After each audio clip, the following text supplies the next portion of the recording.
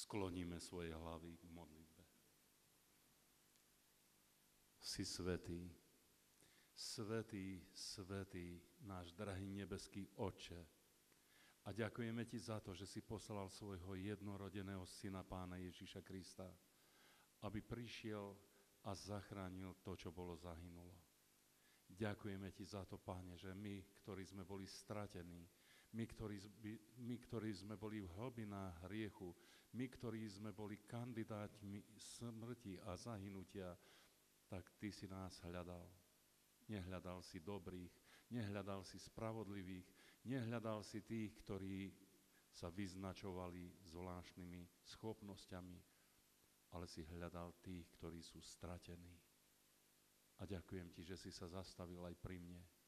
Ďakujem Ti za to, Pane, že si počul krik mojej duše. Počul si volanie mojho srdca o pomoc a Ty si sa sklonil. Nepodal si mi len nejaké učenie, nedal si mi len nejakú radu, ale si mi podal svoju ruku a vyťahol si ma z jamy, vyťahol si ma z hlbín, postavil si moje nohy na skalu, obmyl si ma, očistil si ma, zapečatil si ma Duchom Svätým ku dňu vykúpenia, obliekol v rúcho spasenia. A tak Ti ďakujem, Pane, že som Tvoj, na veky som Tvoj. Tak Ti ďakujem za mojich drahých bratov a sestry. Ďakujem za každého jedného, ktorého si doniesol dnes na toto miesto. O, Pane, pokorne prosím, daj tú milosť, aby sme mohli počuť Tvoj hlas. Ty si nám sľúbil, že Tvoje ovečky čujú Tvoj hlas a za cudzým hlasom nepôjdu, ale za Tebou pôjdu. A my chceme nakloniť svoje uši, tak ako hovorí prorok Izaiáš, naklonte svoje ucho. A my nakláňame svoje ucho, aby sme počuli ten Tvoj hlas. A ďakujeme, že ho budeme môcť v hlase svojho svedomia počuť. Áno, Ty hovoríš. Ty hovoríš aj dnes a hovoríš do nášho svedomia. A tak ťa pokorne prosíme, aby ten hlas bol jasný a zrozumiteľný, aby sme mohli odpovedať na Tvoje volanie a tak by si bol zo všetkého Ty oslávený, my zachránení, aby bola radosť v nebi nad jedným hriešnikom činiacim pokánie. Amen. Všetkých vás srdečnou láskou vítam na dnešnom večernom zhromaždení. Veľmi som vďačný Pánu Ježišovi, že ste mnohí urobili dlhú cestu a tento dnešný večer ste si tak oddelili preto, aby ste boli v obecenstve Božieho slova, aby ste boli prítomní tam, kde Duch Svätý sa bude dotýkať srdc. Ďakujem za privítanie milého brata Mareka. Mi to bolo veľmi milé, keď prvýkrát sa mi ozval telefonom, tak ja som si potriasol hlavu, že či je to vôbec možné, že či si na mňa spomenul tento môj brat. Ale veľmi, veľmi som vďačný Pánu, že vidíte, že on si pamätá na viaceré veci, ktoré sme spolu zažili a ja si s veľkou láskou spomínam na tie chvíle, ktoré sme skutočne prežili v Zlínskom baptistickom zbore, kde Duch Svätý veľmi, veľmi hovoril, veľmi sa dotýkal mnohých srdc. A verím, že aj teraz tu na tomto mieste sa bude dotýkať mnohých nás. A to je našou túžbou. Neprišiel som sám, priniesol som svojho spolupracovníka, veľmi vzácneho, milého brata, brata Čongora. Prosím, aby si sa postavil, aby ťa videli. To je môj veľmi vzácny, blízky brat, ktorý mi pomáha v tej službe, ale mám aj ďalších bratov, ktorí ostali doma, ktorí sa chystajú o týždeň. Oni prídu do Opavy, iste niektorí viete o tom, že o týždeň by som mal slúžiť v Opave a oni už sa tak štartujú a tak zohrievajú svoje srdcia k tej službe, aby mohli mi pomáhať pri tej práci. Najprv dovoľte, aby som odovzdal pozdravy. Veľmi srdečný pozdrav odovzdávam od svojej milovanej, veľmi vzácnej manželky Zuzky. Príjmite tento pozdrav. Ona pred odchodom veľmi kládla na moje srdce, že pozdrav všetkých a modlím sa za vás, aby vás Pán Boh veľmi, veľmi požehnal. Môžem vám povedať, že to je tak veľký poklad pre môj život táto Zuzka, že proste keby nebolo jej, asi by som veľa hlúpostí porobil v živote. Ale proste ona je taká triezva žena, múdra žena, jednoduchá, ale veľmi vzácna, veľmi ju milujem a chcel by som týmto povzbudiť aj vás, milí bratia, ktorí máte svoje manželky, veľmi, veľmi ich hlúbte, veľmi, veľmi ich milujte, pretože to je dar Boží, veľký dar Boží vám dal Boh vo vašich manželkách. Ctite si ich a viete, ak niekto sa sťažuje, že ja mám takú alebo onakú ženu, tak to je len preto, že muž nie je na svojom mieste. Nechcem vám, bratia, hneď na začiatok utržiť nejakú ranu do brady, ale vaša manželka je vaše vlastne zrkadlo vášho charakteru. Takže sa veľmi tešte, milujte tieto svoje ženy a môžem vám tak povedať, že jeden deň, keď mojej manželke nevyznám svoju lásku, tak považujem za stratený deň. Milujem ju a ona to veľmi dobre vie a ona bdie pred Pánom v takej Božej triezvosti. Nie je to žena, ktorá by sa vtláčala, vnúcovala do tej práci, ktorú mi Pán Boh zveril, ale ona tak, viete, tak veľmi tichúčko, ale veľmi pozorne, oči ako jastrab, všetko sleduje, aj to spozoruje, čo ja nespozorujem, veľmi mi pomáha v tej službe. Takže aj od nej som vám priniesol veľmi, veľmi srdečný pozdrav. Takisto pozdravujú bratia a sestry z nášho zboru v Komárne. Mnohých z nich poznáte z internetu, mnohí z vás sledujete to, čo sa deje na internete a sú to veľmi, veľmi vzácni ľudia, ktorých Pán Boh dal do mojej blízkosti a od profesorov, doktorov až po tých jednoduchých, jednoduchých aj tých najjednoduchších ľudí, akých si viete predstaviť, Pán Boh dal do nášho spoločenstva a môžem vám povedať, že žijeme v takej láske, takom vzájomnom prijatí, že nikto necíti, že ten je ten má 3 tituly a ja len PHDR, posunovač u dráhy, však, alebo púdr. Takže proste my sa všetci máme veľmi radi a snažíme sa žiť to kráľovstvo Božie tak, ako ho nám Pán Ježiš zanechal. Veľmi na nás záleží ľuďoch, že čo my z toho kráľovstva Božieho urobíme. Pretože on nám ho zanechal, on nám povedal všetky tie jednoduché, základné princípy, ako to kráľovstvo Božie funguje a to všetko ostatné už len tie naše ľudské charaktery buď to privádzajú k tomu nádhernému cieľu, alebo to deformujú. Takže musíme si uvedomiť, že my zohrávame veľkú úlohu, každý jeden z nás, na poli kráľovstva Božieho. Teda aj z tohto zboru vám prinášame veľmi srdečné pozdravy. A tak vám prinášam ďalší pozdrav, ktorý možno bude vám prekvapením, tiež z väznice. Raz ročne navštevujem väznicu v Poľsku a aj tento rok, hneď na začiatku roka, bol som navštíviť väznicu v Poľsku. Sú tam sami vrahovia a čo bolo veľmi zvláštne, teraz pre mňa prekvapujúce, už niekoľko rokov navštevujem túto väznicu a za každým viacerí tí vrahovia, viacerí tí väzni oddajú svoj život Pánu Ježišovi, ale nepredstavte si to, že to je len také nejaké lacné alebo také, kto vie čo. Skutočne tí ľudia zažijú mocný zásah Ducha Svätého, padajú na svoju tvár, plačú a oddávajú svoje životy Pánu. A takto vznikol tam v tom meste a v tej väznici zbor.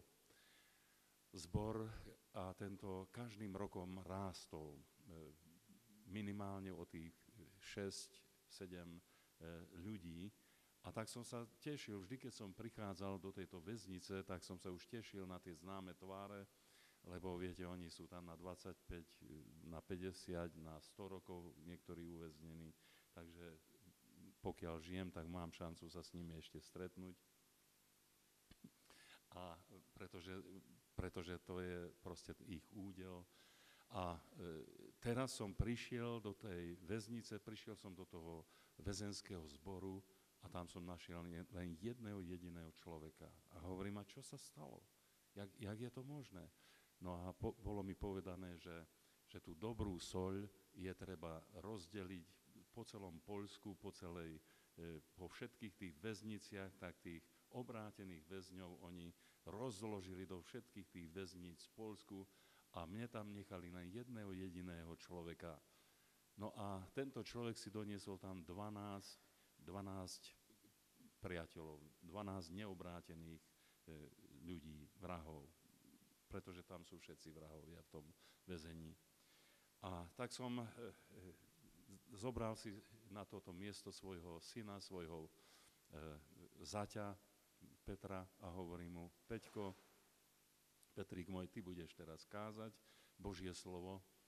A hovorí, otec, ale čo ja to tak neviem ako ty. A hovorím, nič, ty len to, čo máš v srdiečku, to povieš týmto ľuďom úprimne zo srdca a potom na konci to ja trošku pozametám a končíme. Tak odvážil sa a svedčil tam, rozprával, hovoril to Božie slovo a na konci som sa opýtal, že či je tu niekto, kto tak prežíva v srdci, že Duch Svätý sa ho mocne dotkol a že chce svoj život odovzdať Pánu Ježišovi. A hneď sa prihlásili z tých 12, sa prihlásili 3. Tak som hovoril, poďte, tu je voľný priestor, môžem sa tu za vás modliť. Vyšli von, ale ja som im nepovedal, že si majú kľaknúť na kolená. Oni popadali na svoje kolená a začali plakať. Duch Svätý na nich zostúpil a začali tak zlikať a plakať a modlil som sa za nich. A viete, keď som už s prvým človekom som dokončil modlitby, tak už vidím, že prichádzajú ďalší tí, ktorí tam sedeli, prichádzali, padali na svoje kolená a všetci do jedného oddali svoje životy Pánu Ježišovi Kristovi. To bola taká, viete, to bol taký súd Boží vykonaný na ich srdci. Proste oni prežívali to, že oni sú stratení hriešnici.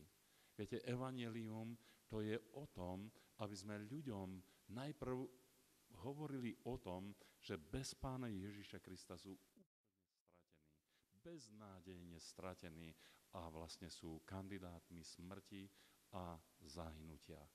A tá dobrá správa, to evanjelium je práve to, že Pán Ježiš Kristus prišiel hľadať to, čo bolo zahynulo a on prišiel hľadať aj teba. A títo ľudia prišli na to, že áno, že oni sú tí stratení ľudia, že oni potrebujú Ježiša Krista. Ako to bude dobre, keď dnes večer aj ty budeš môcť poznať, že Pán Ježiš Kristus aj pre teba prišiel na tento svet, že aj pre teba tam zomrel na kríži.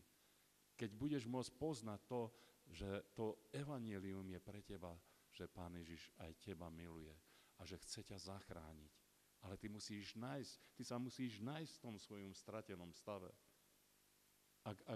Ak niekto z vás si nebude uvedomovať, že je stratený človek, tak pre neho evanjelium nebude nič znamenať. Len pre toho človeka je evanjelium radostnou zmesťou, ktorý sa nachádza v tom stratenom stave. A teraz mu je zvestované, že nemusíš zahynúť, nemusíš byť kandidátom smrti a zahynutia, nemusíš večne zomierať v tme a odlúčenosti od Boha, ale že môžeš nájsť život. A to život večný. A to je tá radostná zväz. Túto cenu zaplatil Pán Ježiš Kristus. Takúto veľkú hodnotu dal. Takže keď sme odchádzali z tohoto väzenia, tak ma tak postískali tí väzni. Viete, oni sú, to ja som len taký proste tintítko oproti ním. Oni sú takí vymakaní, viete, to majú tak naložené bicepsy, tricepsy a oni takú mali radosť, takí boli šťastní, že Pán Ježiš ich zachránil, keď stali z tých kolien, proste oni ma objali a hovorím, Pane, ešte trošku zovreť, tak už puk, proste to už praskne. Proste tú radosť nevedeli, ako vyjadriť, tak ma tak zovreli, že detko, proste všetky moje stavce skočili na miesto. Takže aj odtiaľto vám prinášam veľmi, veľmi srdečné pozdravy. Takisto prinášam vám pozdravy zo Španielska, z Francii, z západného Nemecka, kde som tiež urobil už tento rok okružnú cestu, viac ako 5000 kilometrov, okolo 5400 kilometrov autom som išiel a s mojou drahou manželkou a proste to bolo fantastické. Viete si predstaviť, že toľké kilometre a proste pri mne sedí moja milovaná žena a toľké hodiny spolu. To veľmi málo, kedy sa mi prihodí, že môžem byť toľko spolu s mojou drahou manželkou.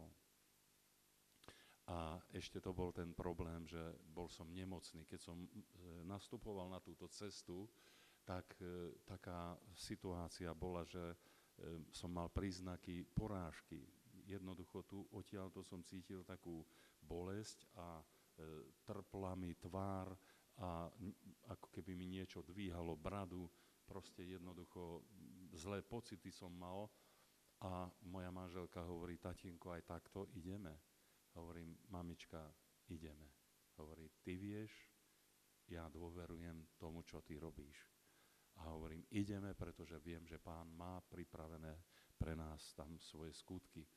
A to bolo tak zvláštne, že deň pred mojim odchodom som slúžil a keď ma videli moji bratia a sestry, tak som videl tie pohľady, keď videli, že ako mi jedna strana tváre ako keby ochrnutá bola a aj keď som si zuby umýval, tak mi vytekala voda.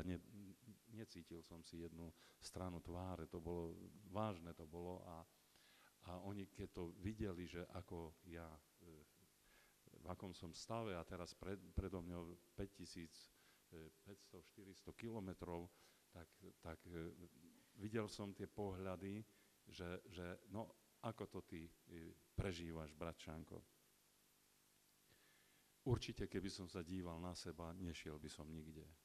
Ale som sa díval na Pána Ježiša. A viete, čo sa stalo, keď som bol za Stuttgartom, asi 20 kilometrov už za Stuttgartom v Nemecku, ako som smeroval hore do Španielska, naraz som prežil mocný dotyk Boží. Neviem vám to povedať. To ako keby niekto sa ma bol takto dotkol hlavy a v tej chvíli všetky tie pocity toho trpnutia, v momente to všetko ustalo a dodnes som zdravý a som v poriadku. Vďaka Pánu Ježišovi. Možno, že sa opýtate, no ako si sa dostal vôbec do toho Španielska, máš tam nejakých známych, alebo niekto ti to tam vybavuje, alebo viete, mojím takým manažérom je Duch Svatý. To je veľmi zvláštne, že ja nemám ľudí, ktorí by zabezpečovali moju službu. Tak zvláštnym spôsobom Duch Svätý zabezpečuje tú službu, že niekedy tomu ani sám neviem uveriť. Môžem vám povedať, ako som sa dostal do Španielska? Nezdržujem vás tým. Samozrejme, že dám priestor hneď môjmu milému bratovi, ale je to veľmi zaujímavé, že naraz volá niekto telefónom. Samozrejme, že vy neviete, odkiaľ ten človek volá. Volal takou lámavou maďarčinou a hovorí, že brat Alexander, ja počúvam tvoje kázanie z internetu a v maďarskej reči mám z toho požehnanie, jak ty hovoríš, a mám jeden veľmi vážny problém. A hovorím, povedz, aký máš problém, v čom ti môžem byť užitočný? A on hovorí, že mám syna a tento môj syn má nádor na mozgu. A keby si bol tak dobrý sa za tohoto môjho syna modliť. A hovorím, samozrejme, zober olej a pomažeš svojho syna a budem sa za neho modliť. A on hovorí, no olej mám po ruke, ale syn nie je doma. Hovorím, a kde ho máš? No, že je v škole a príde až niekedy večer aj s manželkou, prídu domov. A hovorím, no dobre, tak keď príde tvoj syn domov, tak sa mi ohlás, prezvoň ma a ja sa budem modliť za tvojho syna. No a medzi tým som potreboval odísť do Bratislavy a už som tam vybavil, čo som mal. Cestou nazad idem a na takom mieste, kde bolo 5 prúdov, práve som bol a zvoní telefon. A práve z toho krajného prúdu som sa potreboval dostať do toho druhého kraja. A vtedy zvoní tento otecko a hovorí, že brat Alexander, teraz je už tu môj syn, tu je aj olej a mohol by si sa modliť. Tak viete si predstaviť, keď je večer o 5:30, že aká premávka tej Bratislave, to všetko ide z roboty domov, to tie autá predbiehajú sa, plné boli tie prúdy a ja teraz práve sa chcem dostať z toho krajného do druhého kraja. Tak hovorím, zober do ruky olej a v mene Pána Ježiša pomáš tohoto svojho synčeka. Tak robil to a ja som medzi tým do zrkadla pozeral všade, aby som to stíhal, všetko. No a kým som prešiel do toho úplne krajného prúdu, tak som vlastne skončil modlitbu. Vyhlásil som mu slobodu, vyhlásil som mu, že Pán Ježiš mu odpustil jeho hriechy a že mu dáva novú šancu a že ho uzdravuje. A potom, keď som prešiel do toho krajného prúdu, tak som povedal ameň, otecko zaďakoval modlitbu a pokračoval som domov. O 2 týždne mi tento otec volá a hovorí, brat Alexander, neviem, čo sa deje, ale môj syn vtedy, jak som ho pomazal olejom a jak si sa za neho modlil, prestal plakať. Odtedy nesťažuje sa, že ho bolí hlava. Že čo má robiť? Hovorím, choď k lekárovi a nech to zistia. No, že Pán Boh nebude urazený, keď on k lekárovi zobere. Hovorím, samozrejme nie. Však oni ti vedia povedať, že čo sa vlastne stalo.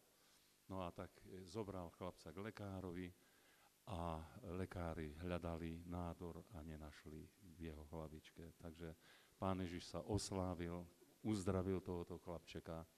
No a zase o ďalšie 2 týždne už tento človek ma volal a hovorí, brat Alexander, veľmi ťa prosíme, prídi do Španielska, príď a zvestuj nám tu evanjelium. Ľudia sú pripravení a my chceme počuť to slovo Božie.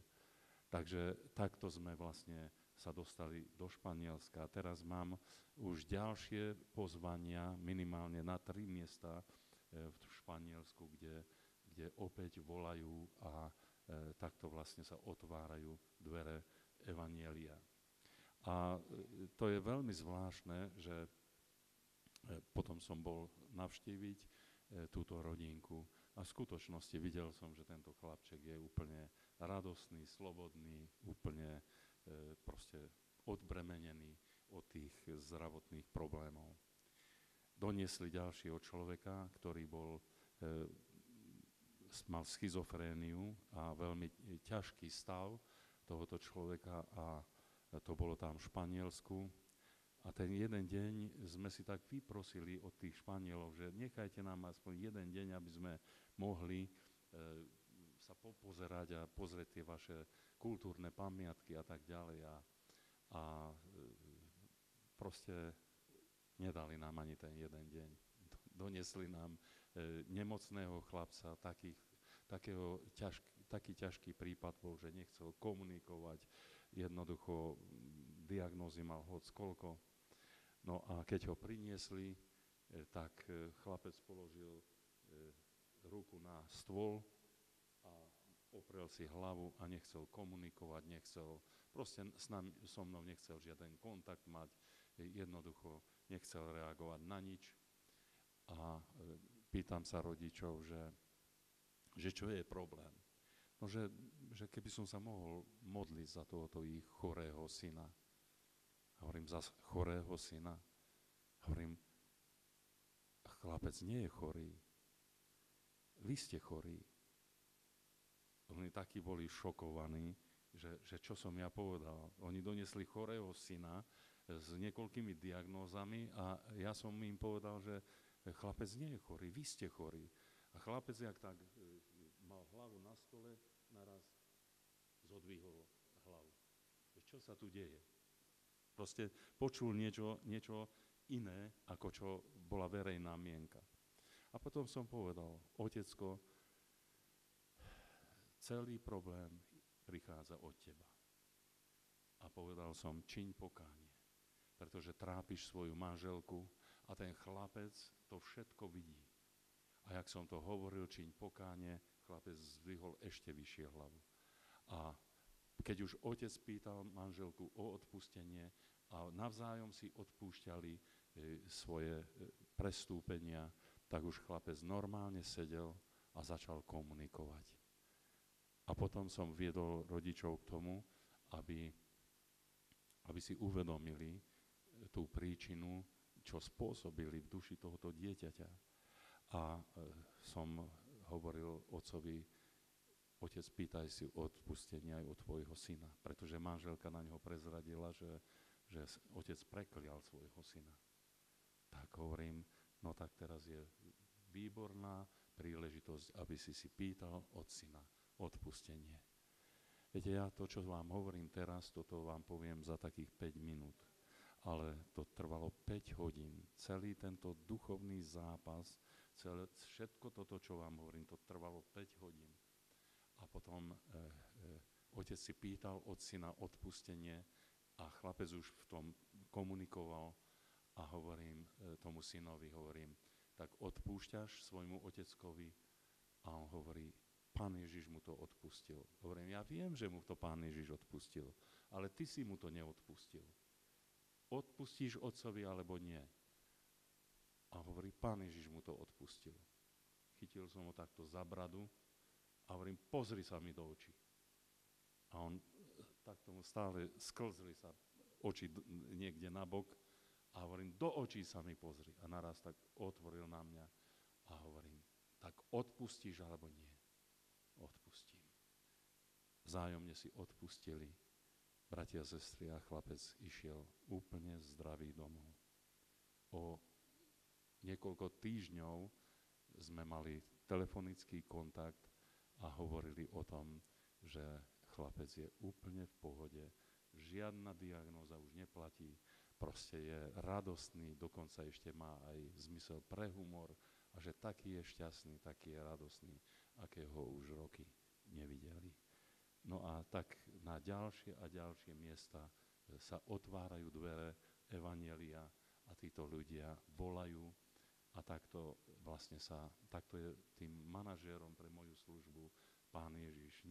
Nie sú to ľudské nejaké snahy a ponuky, že nechcete brata Barkovciho, nechcete si vypočuť jeho. Ja hovorím to isté, čo hovoria všetci kazatelia, ale tá milosť Božia je tak veľká, že Pán Boh sa priznáva. Priznáva sa k svojmu slovu, priznáva sa k svojmu dielu. A aj vás chcem tak povzbudiť všetkých, aby ste zobrali Božie slovo veľmi vážne. Aby ste neboli povrchní. Viete, čo je veľkým hriechom kresťanstva? Povrchnosť a ľahostajnosť. Nesmieme byť ľahostajní, nesmieme byť povrchní.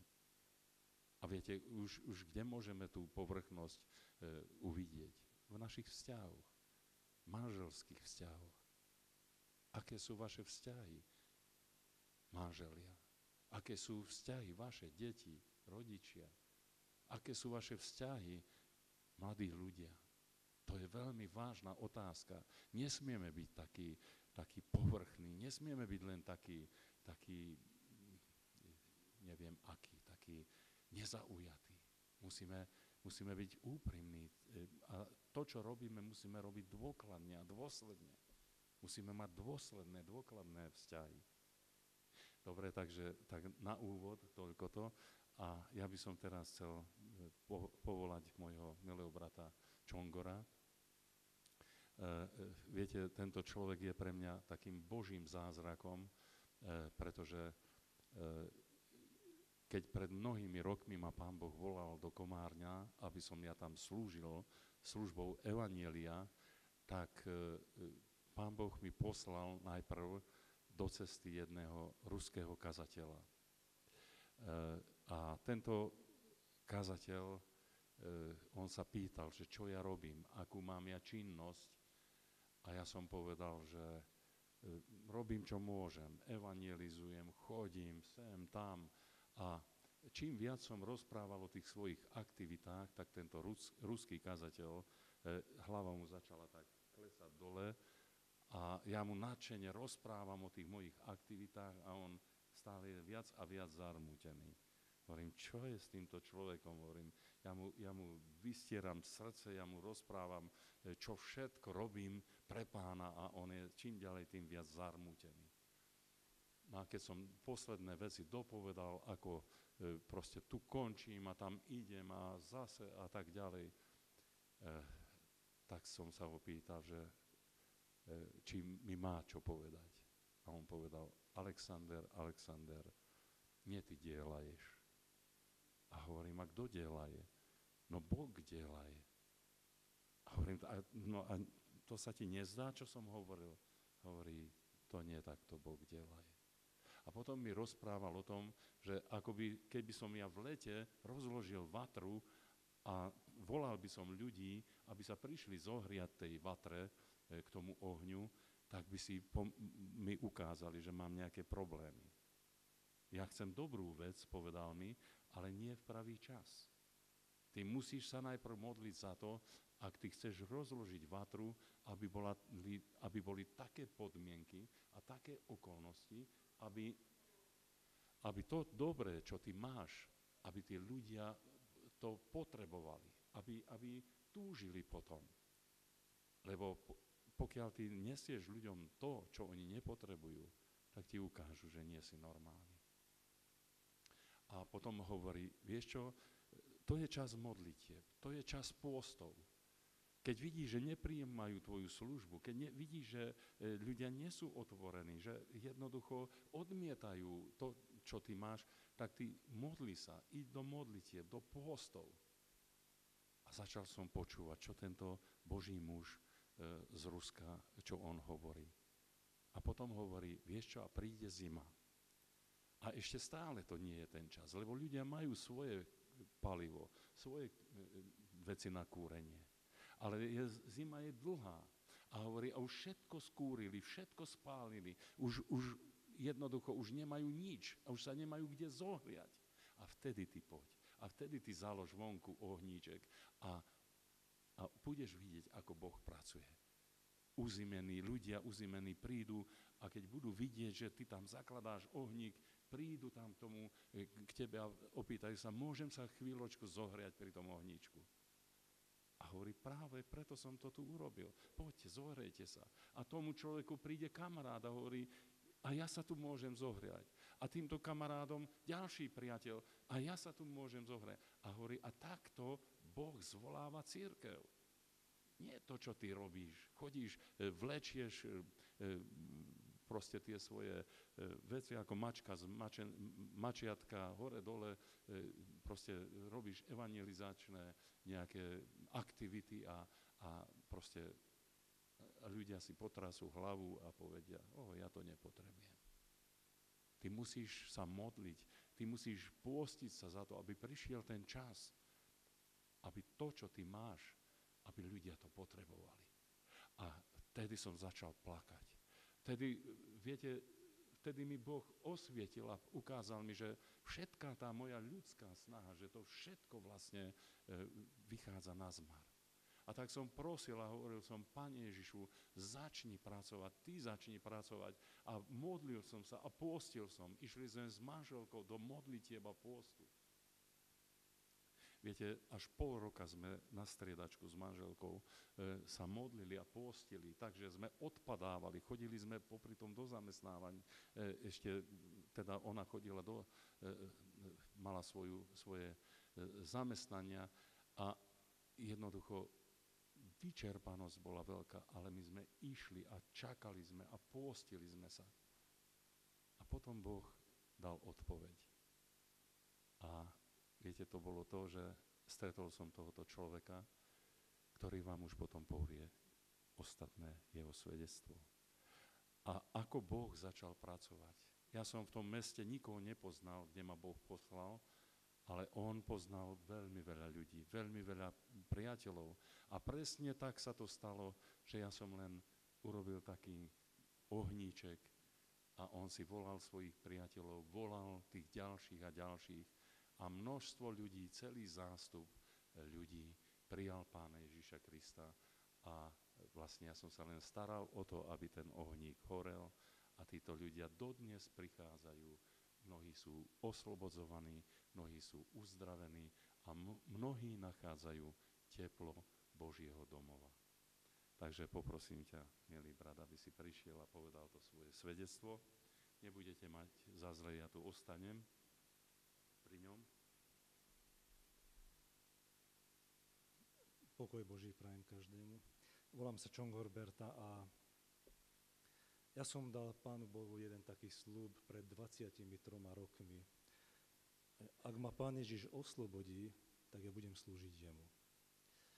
A ja som Pána Ježiša vôbec nepoznal. Nebol som ani tak vychovávaný a moji rodičia neboli obrátení, vlastne nie sú ani doteraz obrátení. A poznal som len ľudí, ktorí chodia do kostola. Ale ten život, ktorý žili tí ľudia, sa mi nepáčil. A ja som si vybral svoj taký život, taký hľadajúci život, taký život filozofovania, umenia. Ale človek, keď je otvorený na všetko, tak všetko prijíma. A vtedy ja som sa dostal do okultizmu a ani som nevedel, že čo všetko sa tam nachádza, čo nie je dobré. No ako som sa spoznal s okultizmom a pustil som do svojho života vlastne tie veci, ktoré boli ohavné pred Bohom, tak sa nasťahovali do mňa démoni a zničili môj celý život. Prichádzal do mňa strach, prichádzala neistota, prichádzali rozličné choroby a môj život začal ísť dole vodou. A vtedy som sa rozhodol, že niečo sa musí stať. Ja začnem hľadať východisko z tej mojej pozície, z tej mojej situácii, v čom sa nachádzam. A strašne som začal hľadať, čo sa to so mnou vlastne deje. A poviem vám zo pár takých vecí, ktoré neboli najpríjemnejšie a najlepšie, ale za socializmu sa to stalo. A vtedy, keď som rozprával ľuďom svoje príbehy, tak nikto tomu nerozumel. Teraz už mnoho okultistov existuje a teraz už každý druhý vlastne človek je zasiahnutý týmito vecami, ale vtedy to bolo také neznáme. Mne sa vlastne objavovali duchovia v izbe, videl som neviditeľných ľudí, počul som hlasy, rozličné bytosti som videl a to prinášalo veľký strach a veľkú neistotu. No a ako som sa o tieto veci začal tak zaujímať, tak som si povedal, že potrebujem vedieť, čo sa to so mnou vlastne stalo alebo robí. A začal som chodiť, nejako sa ma to ťahalo do cirkvi a začal som navštevovať rozličné cirkvy. No ale keď som zaklopal na jednu alebo na druhú a rozprával som sa s farármi a s kňazmi, tak nikto nevedel normálne povedať okolo toho. Nič normálne. Pamätám sa, že prijal ma jeden farár a povedal som mu svoje problémy a on si sadol za stôl a povedal, to, čo sa so mnou deje, to je dobrá vec. A vravím, že jak to môže byť dobrá vec, keď môj život ide dole vodou. Napísal mi nejakú modlitbu, Otče náš, a povedal mi, že nech sa toto má modliť. No a videl som, že ma nebere vážne. Ani tomu nerozumie, že čo sa so mnou deje. Išiel som za druhým a vtedy som mal 23 rokov a povedal som mu svoje veci, lebo som hľadal východisko. A povedal mi, že som v puberte a že potrebujem ženy, tak toto mi povedal farár. Hovorím, že mám 23 rokov a mám stály vzťah, takže toto tiež asi nebude ono. Ešte som sa rozprával s nejakými ďalšími farármi a s farármi a s kazateľmi som skončil jednoducho. A nakoľko mi ľudia nevedeli pomôcť, tak som sa vydal na tú tmavšiu stranu, lebo tam boli ľudia, ktorí sa do toho nejakým spôsobom vyznali. A začal som navštevovať okultistov a rozličné také miesta. K vešticia som chodil a sám sa mi potom ešte ten stav ešte veľmi zhoršil. Len aby také zopár nejaké, počul som kroky v miestnostiach, potom som videl ďalších ľudí v zrkadle. Nebudem to hovoriť, ale boli to veľmi ťažké situácie. Zjavovali sa mi veci. No a raz sa mi dostala jedna kniha do ruky a tam boli ľudia, ktorí prežili vyslobodenie skrze Pána Ježiša Krista. A nakoľko som nepoznal Pána Ježiša, ani som ho nechcel spoznať, lebo ma to nezaujímalo, ale chytili ma tie svedectvá tých ľudí, lebo to isté prežívali, čo ja som prežíval. Podrobne to bolo opísané. A na konci boli potom o Pánu Ježišovi, ale to sa mi už nechcelo čítať, lebo to som nechcel. Nechcel som nič počuť o Pánu Ježišovi. Zatvoril som knihu a vtedy som si tak uvedomil, že je z tohto východisko, dá sa z tohto zbaviť, dá sa z toho vyslobodiť a ja tú cestu chcem nájsť. A vtedy som bol veľký stopár, pochodil som viac štátov stopom a raz som si stopol tu jedného kazateľa, brata Alexandra Barkovciho. A on sa mi predstavil, že on je kazateľ a som si v sebe povedal, že ďalší kazateľ. Že ja už s ním nechcem mať už s nimi dosť, nič také spoločného. Tak jemu som tiež povedal svoje veci, že čo všetko sa mi objavuje, čo všetko cítim, čo všetko prežívam. No, on bol prvý človek, ktorý sa vedel nejako tak bližšie k tomu vyjadriť. Povedal mi nejaké veci o nejakých ľudí, ktorí sa pamätám vtedy, že čo chodili nad zemou a čo prežívali a všetko možné. A sa ma tak zaujal, že prvý človek, ktorý vie, o čom rozprávam. Tak sme sa zarozprávali v tom aute a on kvôli mne zmeškal zhromaždenie. Dal mi svoju adresu, no a keď prišla tá chvíľa, tak ja som ho išiel navštíviť. Ale to bola taká chvíľa, že som sa musel rozhodnúť, že buď smrť, alebo život. Tak povedal som, že ešte naposledy toto skúsim. Zašiel som k nemu, vtedy sme sa viac hodín rozprávali, on ma prijal vtedy a on mi ponúkol Pána Ježiša. A že nech sa začneme modliť. Ja som sa v živote nemodlil. Vrám, že ako sa mám modliť, keď neverím v Boha? No, že nech to predsa len skúsime. A som tak rozmýšľal, že keď existujú démoni a ja ich vidím, a vidím, že čo konajú, veď sa musí existovať aj Boh. Dobre, tak sme sa začali modliť. No a vtedy som prežil veľmi veľký boj. Videl som, že ten neviditeľný svet sa okolo mňa pohol a robil všeličo možné.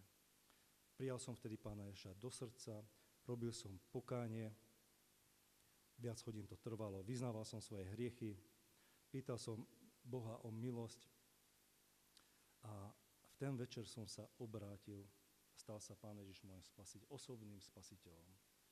Vyšiel som odtiaľ a stal sa z mňa celkom nový človek. Takže to sa stalo, že tie bytosti tak jednoducho neodchádzali. Oni sa na mňa prilepili. Ale mal som také svedectvo, že to už nie je vnútri, ale je to vonku. A to už bolo prvé také svedectvo. A vyznával som, že Pán Ježiš je v mojom srdci. Stal som sa veriacím človekom a to som bol človek, ktorý stále kritizoval veriacich. A sám som sa s ním stal. A začal som žiť s Pánom Ježišom a mal som 100 otázok, potom 1000 otázok. A začali sme sa schádzať a prišli moji priatelia a som v meste podával svedectvo. Mnoho ľudí som poznal, mal som mnohých priateľov a veľmi jednoduchým spôsobom to, čo sa so mnou stalo, to, čo som prežíval, to som jednoducho povedal. To bolo moje svedectvo. A videli tú zmenu na mne, tak ma oslovili moji známi a priatelia, že či môžeš na to miesto, kde ja chodím. Že samozrejme, príďte. A väčšinou mojich priateľov sa obrátilo. Ale to vyslobodenie nebolo vôbec jednoduché. Som sa roky natrápil, kým všetky démoni vyšli zo mňa alebo preč z môjho okolia. I všetky tie bytosti odišli a ja som hľadal a hľadal a hľadal. To som zistil, že čím viac čítam Bibliu, čím viac chodím do spoločenstva veriacich ľudí a obrátených ľudí, tým viac sa mám po tej citovej stránke, aj po tej duchovnej stránke lepšie. A viac rokov trvalo, kým som sa od tých vecí očistil. A nielen od tých vecí, ale prišli potom postupne všetky tie hriechy, čo som sa musel rozhodnúť, či hriech alebo Pán Ježiš, či hriech alebo ten živý vzťah s Pánom Ježišom, či hriech alebo tá milosť Pána Ježiša, či hriech alebo to vyzdravenie a uzdravenie. Prešlo možno tých 4 alebo 5 rokov a Pán mi už dal takú milosť do života, všetko to zo mňa padlo dole, zo všetkých týchto vecí ma vyslobodil a prežíval som tú Božiu slobodu, tú prvú lásku. Ale potom prišlo pokušenie. To pokušenie bolo to, že už sa máš dobre, už si zdravý, už si vyslobodený, tak konečne by som si mohol užívať to, čo som si doteraz nemohol. A prišiel zase svet. A už som sa tak nakláňal k svetu. Už mi bolo dobre. A zrazu prišiel jeden taký malý kazateľ, ktorý sa na mňa pozrel a mi povedal, že ten mi pohrozil trocha, že nevedel vôbec o mojich myšlienkach, že čo sa so mnou stalo, alebo čo som si tak uvedomil, alebo rozhodol v srdci. A povedal mi, že nezabudni, čo si slúbil Pánovi. A ja som si myslel, on mi vidí do myšlienok. A vtedy som sa tak rozpomenul, áno, Pane, ja som si vtedy odozdal život Tebe, dal som nejaký sľub, ja budem slúžiť Tebe, budem podávať svedectvá. Teraz slúžim tým ľuďom, ktorí majú podobné problémy, a už odtedy sa mnoho ľudí obrátilo, mnoho ľudí sa vyslobodilo a mnoho ľudí, čo videli v tabletkách jedinú nádej, tak zvestujem, že ja som bez jednej tabletky, bez psychiatra a bez rozličných dávkovacích prostriedok ma Pán Ježiš vyslobodil. Že tá jeho sila je živá, že on je živý a som spoznal Boha, osloboditeľa a uzdravovateľa a ten, ktorý odpúšťa hriechy ľuďom. Mnoho ľudí sa obrátilo a mnoho ľudí sa aj doteraz vyslobodzuje skrze Pána Ježiša Krista. A teraz som tak tu. Buďte požehnaní.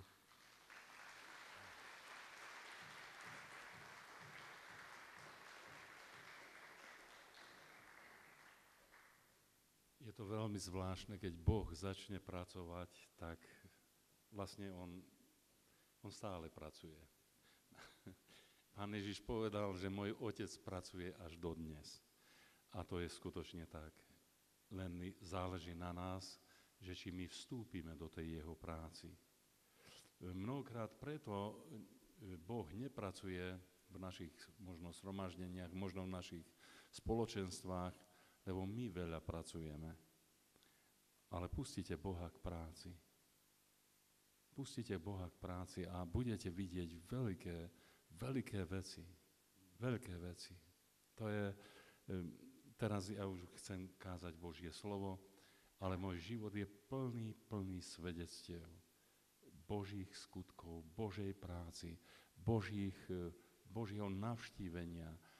A vždycky vtedy, keď mu dáme priestor, tak on veľmi vďačne vstúpi do toho. Len my musíme mu dať ten priestor pre tú prácu. A skutočne sa to presne tak dialo, ako ten kazateľ z Ruska, ako on mi povedal, že Boh tak pracuje, že ty ten správny čas rozložíš oheň a potom tí priatelia prídu, tí ľudia, ktorí sú núdzni, tí, ktorí sú potrební, tak oni sa budú sami hlásiť. vďaka Pánu Ježišovi, že aj teraz máme tak predspaté zhromaždenie, že 5 obrazovkami prenášame obraz do rôznych miestností, pretože sa v tej hlavnej sále nezmestia ľudia a ja nikoho nevolám. Ja nikdy nepozývam ľudí, že prídite, u nás je dobre, ako je.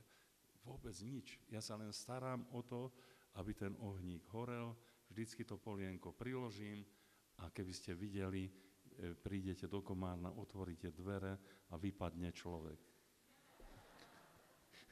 Lebo sú tam nacpatí, narvaní ľudia. Vďaka Pánu. Lebo to je láska Božia. Tam, kde Boh pracuje, to je ako magnet, to ťahá. Vy nemusíte tam ťahať nikoho. Jedno zhromaždenie som tak začal u nás v Komárne, keď to bolo všetko tak narvané, že som jednoducho nevedel som sa dostať k svojej košeli, aby som si premenil košelu. Od rána som sa už modlil a bol som spotený a mal som ísť za kazateľňu a nevedel som sa dostať z svojej košely, lebo tak bol narvaný ten dom. A tak hovorím, tak idem takto. A spýtal som sa ich, nech sa prihlási ten človek, ktorého som ja pozval. A takí vyľakaní všetci, že hovorím, nech sa prihlási. Je tu niekto, koho som ja pozval sem na toto zhromaždenie? Nikto. Hovorím, tak vidím, že vás Duch Svatý sem pozval. Sláva Pánu, haleluja. To je jeho práca. A tak sa všetci tak uvoľnili. A to je tak dobre, keď Boh pracuje, keď On vás doviedol aj dnes večer na toto miesto. A ja som sa tak modlil a prosil som Pána, aby som, vidím teraz veľa mladých ľudí, vidím tu veľa mladých žien, dievčat, takisto mladých chlapcov, mladých mužov, proste a ja tak prežívam v srdci vždycky, keď vidím tie generácie, ktoré ešte prinášajú deti na tento svet, tak vždycky mám vo svojom srdci jednu takú túžbu, aby som im niečo povedal, niečo veľmi dôležité. Viete, mladí ľudia, máte veľkú milosť od Boha, keď môžete vychovávať tie budúce generácie. Je to veľká milosť od Boha, keď jedna žena môže rodiť deti. Ja som ako mladý muž mal naplánované, že ak by mi Pán Boh daroval 3 deti, to bol môj plán, mať 3 deti. A každé dieťa som s takou veľkou radosťou prijímal. A keď Pán Boh videl, že ako sa teším tým 3, tak mi ešte 3 pridal.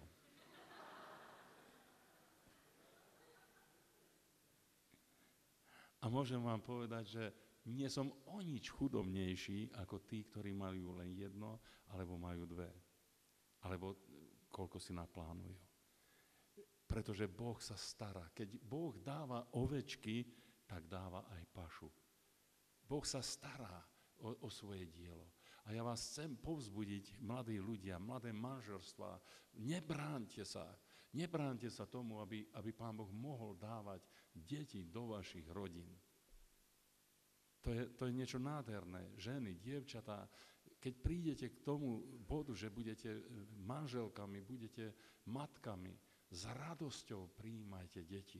Tešte sa na tú chvíľu, keď budete môcť prinášať život na tento svet, pretože to je veľké poslanie ženy.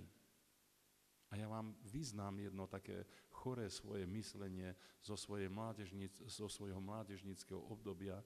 Proste ja som si myslel, že ten môj vzťah so Zuzkou to bude o tom, že budeme chodiť na výlety a budeme si užívať a tamto a hento, budeme chodiť. A ešte sme sa ani poriadne nezahriali a už manželka hovorí, tatinko, už tu sa hlási niečo pod srdiečkom. Hovorím, tak z výletov nebude teraz nič. A viete, čo Pán Boh postupne ma doviedol k tomu bodu, čo vám chcem povedať. Ja som sa musel položiť ako na oltár, ako taký chlieb. A dodnes ja si už neužívam. Ale moja radosť je radosť Pánova. To, čo srdce nášho Pána Ježiša teší, to teší aj moje srdce. Už ma neteší to, že niečo vidím. Videl som všeličo. Môžem vám povedať, že to, čo mnohí by si žiadali vidieť, som videl. A oni nemôžu to vidieť. Mal som výnimočnú milosť, aj keď som bol v USA, dostal som sa tam, kde mnohí Američania sa nedostanú. Videl som veci, ktoré mnohí môžu vidieť možno že len zo záznamov, ja neviem, z filmov. Ja som to tam videl, ja som sa toho dotýkal. Nebudem vám hovoriť, čo to všetko bolo. Ale viete, život nie je o tom, čo si ja môžem užívať, čo vidieť, čo môžem vidieť. Ale život je o tom, že či som v tom živote ako ten chlieb, ktorý sa lámem a dávam. Ak sa nerozdáš, ak sa vy, manželia, nerozdáte, ak ty, muž, sa nebudeš lámať a nebudeš sa dávať svojej žene, nebudeš sa dávať svojim deťom, nebudeš sa dávať v zbore, v cirkvi ako chlieb a nebudeš sa lámať a rozdávať, ostaneš tak, ako tá soľ, ktorá je pohromade v tom sáčku, hej, a tam stvrdne. Stvrdne. Už ste videli takú stvrdnutú soľ v sáčku? Bolo treba čo chytiť? Kladivo a namlátiť na ňu, aby trošku z nej zaprášilo. Takto sú niektorí ľudia stvrdnutí vo svojom charaktere, pretože sa nedávajú, nelámu sa a nedávajú sa, nerozdávajú sa.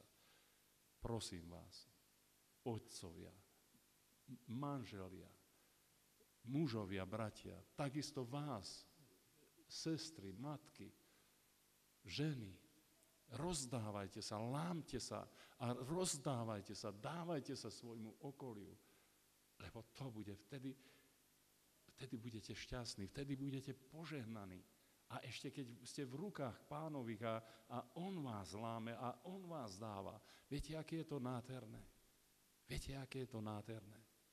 A tak, keď sme už mali tú svoju dcérku, tak 3-4 roky, a už sme si mysleli, no už začneme na výlety chodiť ďalšie. A potom ďalšie. A 21 rokov je medzi najstaršou dcérkou a najmladšou.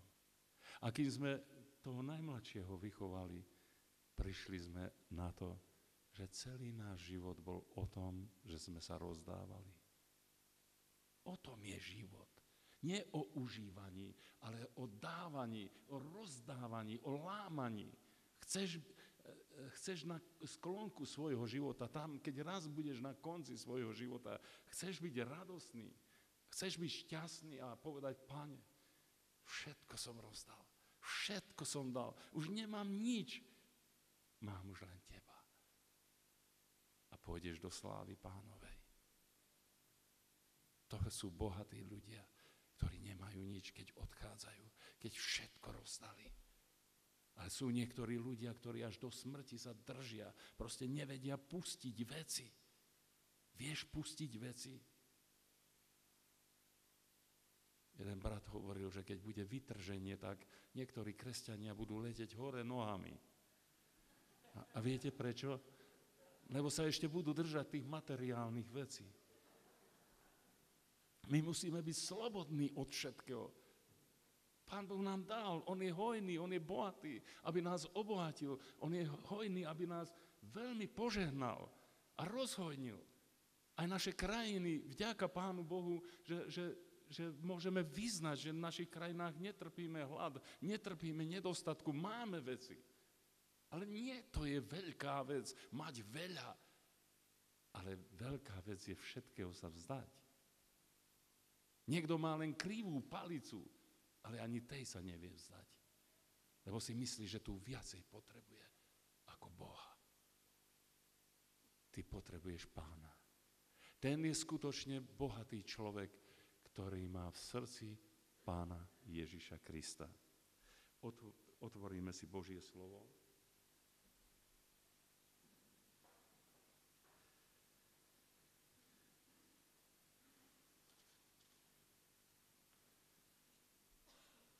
Z knihy Sudcov budem čítať z 13. kapitoly od 1. verša. A synovia Izraelovi robili zase to, čo je zlé v očiach Hospodinových. A Hospodin ich vydal do ruky Filištínov 40 rokov. A bol istý muž z Careje, z čelade Dánovej, ktorému bolo meno Manoach, a ktorého žena bola neplodná a nerodila. A anjel Hospodinov sa ukázal žene a riekol jej: nože hľa, neplodná si a nerodíš, ale počneš a porodíš syna. Preto sa teraz vystrihaj, nepí vína ani nejakého opojného nápoja, nie je z ničoho nečistého. Lebo hľa, počneš a porodíš syna a brýtva nech nevystúpi na jeho hlavu, lebo chlapča bude Nazarejom Božím od života matky a on započne zachraňovať Izraela z ruky Filištínov. A keď prišla žena, povedala svojmu mužovi: muž Boží prišiel ku mne, ktorého zrozrenie bolo ako zozrenie anjela Božieho. Strašný bol veľmi a preto som sa ho ani nepýtala, odkiaľ je, ani mi neoznámil svojho mena. A riekol mi: hľa, počneš a porodíš syna a preto teraz nepí vína ani nejakého opojného nápoja, nie je z ničoho nečistého, lebo chlapča bude Nazarejom Božím od života matky a až do dňa svojej smrti. A vtedy sa modlil Manoach Hospodinovi a prosiac pokorne povedal: ó môj Pane, prosím, nech ešte príde k nám muž Boží, ktorého si Boh poslal, aby nás naučil, čo máme robiť s chlapcom, a ktorý sa má narodiť. A Boh vyslyšal hlas Manoachov a anjel Boží prišiel zase k žene, keď sedela na poli, a Manoach, jej muž, zase nebol s ňou. A potom zo 14. kapitoly. A Samson išiel dolu do Timnaty a videl tam nejakú ženu z dcér Filištínov. A navrátiac sa hore domov oznámil svojmu otcovi a svojej matke a povedal: videl som ženu v Timnate a z dcér Filištínov, a tak teraz mi ju vezmite za ženu. A na tomu povedal jeho otec i jeho matka: či nie je medzi dcérami tvojich bratov ani v celom tvojom ľude ženy, že ideš vziať si zo žien Filištínov, z tých neobrazancov? A Samson povedal svojmu otcovi: tú mi vezmi, lebo tá sa mi ľúbi. Ale jeho otec ani jeho matka nevedeli, že je to od Hospodina a že hľadal zámienku od Filištínov, lebo toho času panovali Filištíny nad Izraelom. Tedy zišiel Samson i jeho otec i jeho matka dolu do Timnaty, a keď prišli k viniciam Timnaty, tu hľa mladý lev reval oproti nemu. Ale zostúpil na neho duch Hospodinov a roztrhol ho, ako keby niekto roztrhol kozľa, a nemal ničoho vo svojej ruke. Ale nepovedal svojmu otcovi ani svojej matke, čo urobil. A keď zišiel a hovoril so ženou, ľúbila sa Samsonovi. A keď sa potom navracoval po niekoľkých dňoch, aby si ju vzal, odbočil z cesty, aby pozrel na mŕtve telo ľva. A hľa, roj včiel bol v mŕtvole ľva i med. A nabral si ho na svoje ruky a išiel pozvolna a jedol a išiel k svojmu otcovi a k svojej matke a dal im a jedli, ale im nepovedal, že med vybral z mŕtvoly ľva. Vtedy odišiel jeho otec dolu k žene a Samson tam pripravil hostinu, lebo tak robievali mládenci. Toľko sčítania Božieho slova. Chcel by som nejaké pravdy vám povedať ohľade rodiny. Bratia a sestry, veľmi Bohu záleží na tom, že aké sú naše rodiny. Viete, nebudeme mať krajšie zbory a lepšie zbory len také, aké sú naše rodiny. Nebudeme mať lepší a úspešnejší štát len taký, aké sú naše rodiny. Rodina je základom preto, aby sme pochopili, ako kráľovstvo Božie funguje. Ak chcete vedieť, ako kráľovstvo Božie funguje, tak musí to najprv fungovať v rodine. Viete, kde ja mám overené kráľovstvo Božie? V mojej rodine. a vo vzťahoch. Kráľovstvo Božie je založené na vzťahoch. Vzťah, ktorý je smerom hore, teda vzťah s Bohom a vzťah s našimi blížnymi. Ale kde začneme vzťah s našimi blížnymi? No v našej rodine. Tam sa to všetko začína. Ak v našich rodinách nebude fungovať kráľovstvo Božie, tak nebude vôbec fungovať. A preto je veľmi dôležité, aby sme my hľadali tú podstatu tých vzťahov. Kto nám ukáže, aký má byť vzťah? No Pán Ježiš Kristus. Od Neho sa máme učiť. On je tým našim učiteľom. On povedal, jeden je váš učiteľ. My máme rôznych učiteľov, máme rôznych ľudí, ktorí hovoria, jeden hovorí to, druhý to, jeden dáva dôraz tu, druhý dáva tam dôraz. Ale ktorý je to ten učiteľ, ktorý dáva dôraz na vzťahy? Viete kto? To je Pán Ježiš Kristus. On si chránil svoj vzťah so svojím nebeským Otcom a chránil si svoj vzťah so svojimi blížnymi. A toto je vlastne ten základ, aby sme my pochopili, že ak my chceme, aby tu v Čechách, aj na Morave, aby bolo kráľovstvo Božie, tak my musíme zvrátiť svoj pohľad na naše vzťahy. Viete, prečo nám ľudia neveria? No pretože my hovoríme veľké veci, ale nie je to kryté zlatom. To je ako peniaze. Predstavte si, ja keď som bol v Srbsku pred mnohými rokmi, keď bola tá inflácia veľká, tak jeden brat prišiel práve domov z banky, pretože dostal peniaze za svoju úrodu, ale on doniesol zavrece peňazí. Hovorím, ty si boháč. Hovorí, musím to čím skorej stroviť, pretože o týždeň už ani vajce nekúpim za tie peniaze. A skutočne to tak bola. Taká rýchla inflácia bola, že zavrece tých papierov miliardovky a ja neviem, aké sumy tam boli. Ale darmo mali miliardy, keď za to ste si vedeli kúpiť možno len jedno vajce. My môžeme mať tie najväčšie reči, my môžeme hovoriť tie najkrajšie a tie najexkluzívnejšie, môžeme hlásať to najexkluzívnejšie evanjelium, ale ak to nebude kryté zlatom, ak to nebude kryté tými hodnotami, tak to budú len reči. A takto kresťanstvo trpí infláciu, pretože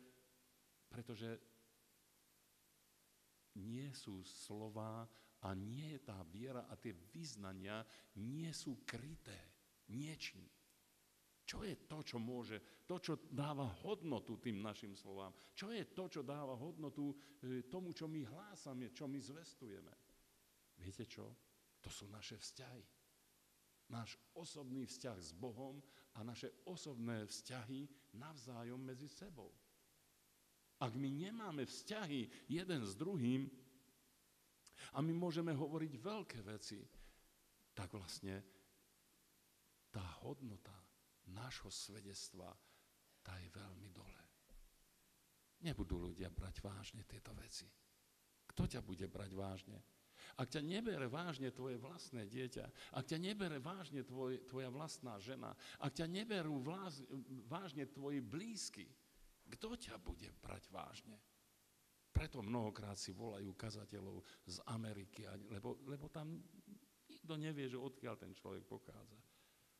A on má pekné reči, pekné slova a potom počúvame, ako krachujú tí veľkí mužovia Boží, ktorí také veľké veci hovorili, veľké veci robili. A viete prečo? Lebo ich život nie je krytý tým zlatom. A Pán Ježiš hovorí, že kúp si odo mňa zlato, kúp si odo mňa hodnoty, aby ten tvoj život bol krytý tým zlatom. Viete, čo je to zlato? Čím môže byť kryté? S tvojim vzťahom s Bohom, tvojim vzťahom k bratom a sestrám, tvojim vzťahom, tvojmu manželovi, tvojej manželke, tvojim deťom. Urobte kráľovstvo Božie vo svojom dome a tam vyskúšate, ako kráľovstvo Božie funguje. My v našej rodine to máme tak, že máme ešte 3 dospelákov, 2 sú vysokoškoláci v dome, viete, všetci sú múdrejší už ako ja. A vďaka Bohu za to, lebo Pán Boh nám dáva múdre deti. Ale keď v týždni mi povie môj syn, že ocko, teraz na konci týždňa neprídem domov, prídem až o týždeň neskôr. A hovorím, dobre, synku, iste máš povinnosti, iste máš nejaké veci, ktoré musíš naplňať. Samozrejme, ostaň, vybav si, zariaď si. A neprejde len niekoľko dní a už štvrtok okolo obeda už sa hlási môj syn. A hovorím, a čo je, však si len budúci týždeň mal. To sa nedá vydržať, ja musím prísť domov. To je magnet. Magnet. Kráľovstvo Božie medzi nami, milovaní bratia a sestry, to je magnet. Ak naše deti utekajú od nás, tak sme nevytvorili kráľovstvo Božie. Ak tí naši blízki odchádzajú, tak my si musíme dať otázku, čo sme my vytvorili z tých našich vzťahov. Čo sme my urobili? My potrebujeme vytvoriť v našich rodinách kráľovstvo Božie. My potrebujeme sa radiť s Bohom. Viete, toto navštívenie, ktoré prišlo v tejto rodine, to nebolo plánované. Oni nečakali nejakú veľkú zmenu. Oni nevedeli, že čo by mohli ešte vôbec od Boha čakať. Oni si mysleli, že máme taký údel života, nemáme deti, manželka nerodí a už asi to ináč tu ani nebude. Ale Boh začal iniciovať. Vieš, ak Boh začne iniciovať niečo nové v tvojej rodine, tak ty musíš naladiť svoje srdce a musíš spozornieť na to, že čo chce Boh u teba. A povedať, Pane, tvoj služobník počuje. Hovor ku mne. Dotýkaj sa ma. Ja chcem nové veci. Ja chcem výjsť z toho stereotypu života. Ja chcem výjsť z toho, čo ľudia završili. Bolo povedané, že ja nebudem rodiť deti. Alebo bolo povedané to, alebo ono. A ty musíš vedieť, že prichádza niekto, kto tieto ľudsky završené veci vie načnúť.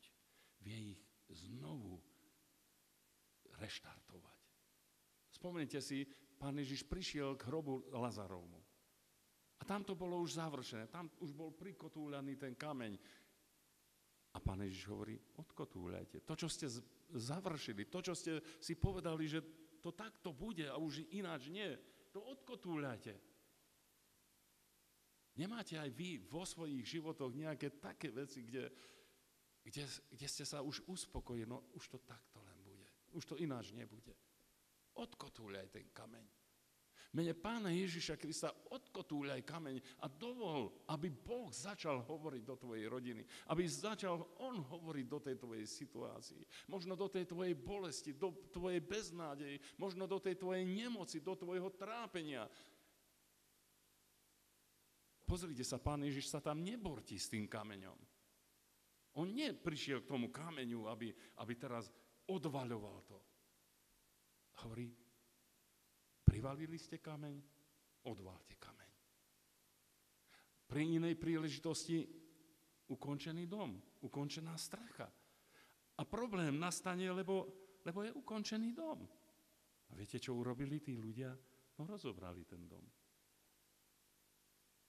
Máš tú vieru, aby si to, čo je už nad tebou zastrašené, to, čo už vyriekol, možno, že vyriekol tvoj lekár ortiel nad tebou, alebo vyriekol niekto iný. Privalil tam kameň na teba a povedal, takto to bude. Máš ty tú vieru, aby si ten kameň odgúlal. Máš ty tú vieru, aby si rozobral tú strechu a spustil pred Pána ten svoj problém. Táto rodina oni prežili Božie navštívenie. Ešte táto žena nehovorila, cítim, že to už tu sa niečo deje, ale ona uverila slovu. A čo ak aj dnes večer Boh hovorí k tebe? Len slovo zaznieva. Možno, že to je len záchvev. A povieš si, ale hovorí ku mne Boh. Hovorí niečo ku mne, aby som ja odvalila ten kameň. Posluchneš? Aj žena, aj muž uverili. Nevedeli, kto to bolo. Oni nepoznali tohoto muža, ale uverili. Uverili slovu. Uveriť slovu, to je tá podstata. Lebo na počiatku bolo slovo, to slovo bolo u Boha a tým slovom je Boh. A to slovo bolo na počiatku. A to slovo zaznieva k tebe. A záleží len na tebe, čo s tým slovom ty urobíš. To, čo bolo nemožné u ľudí, u Boha je to možné. Aj dnes. Veríte tomu, že sú takéto situácie? Ja som bol nedávno v Austrálii a po takomto kázaní priniesli tam jedného chlapčeka, ktorý bol autista a nehovoril. Chodil on do školy, ale ani učiteľka nevedela z neho nič viac dostať, len áno, nie. Chcem, nechcem. Prosím, neprosím. Proste vždy len jedno slovo. To bola celá vždycky jeho odpoveď. A po skončení zhromaždenia prišla mamička s týmto chlapčekom a hovorí, brat Alexander, mohol by si sa modliť za tohoto môjho syna? Nehovorí, on keby nemal tie zábrany v sebe, on by vedel hovoriť, ale nehovorí. Jednoducho nevieme ho dostať k tomu a máme s tým veľký problém. A hovorí, a ešte pritom je aj veľmi neposlušný a zlý v poslednom čase. A ten chlapček taký vystrašený sa na mňa díval a myslel si, že teraz Ujo Barkov si vytiahne remen z gatí a vyšvihá mu zadok. Taký vystrašený sa na mňa díval a hovorí mu, chlapček, bolia ťa tieto veci, čo hovorí tvoja mamička. A v tej chvíli sa rozplakal ten chlapec, 10-ročný chlapček. Rozplakal sa. Bolí ťa to? A kývol mi, že áno. A hovorím, mám pre teba dobrú správu. Pán Ježiš ti tak hovorí cezo mňa, chlapček, odpúšťam ti všetky tvoje viny. Od tvojho narodenia až do tejto chvíli. Príjmaš to, chlapček? A on kývol, že áno. A hovorím, a chceš tohoto pána povolať do svojho srdiečka? Chceš, aby sa stal tvojim pánom, aby sa stal tvojim záchrancom? Kývol hlavou, že áno. Tak hovorím, opakuj modlitbu. A tak som slovo po slove z neho prešoval a opakoval modlitbu. Prijal Pána Ježiša Krista do svojho srdca. Vyhlásil som mu slobodu, pomazal som ho olejom, vyhlásil som mu slobodu od toho bloku, ktorý ho blokuje. A som povedal, ty duch nemoty, ty, ktorý trápiš tohto chlapca, odídi a tebe, chlapček, vyhlasujem slobodu, si slobodný, môžeš rozprávať, koľko chceš. Ale chlapec nehovoril nič. A tak sme sa rozišli po skončení modlitby. Matka ho zobrala domov. Ráno išla, teda vybavila ho do školy a ja som zase s mojou manželkou vletel niekoľko tisíc kilometrov ďalej do Sydney z toho mesta a prišla za nami správa. A táto matka volá a hovorí, brat Barkovci, stal sa zázrak. A hovorím, čo sa stalo?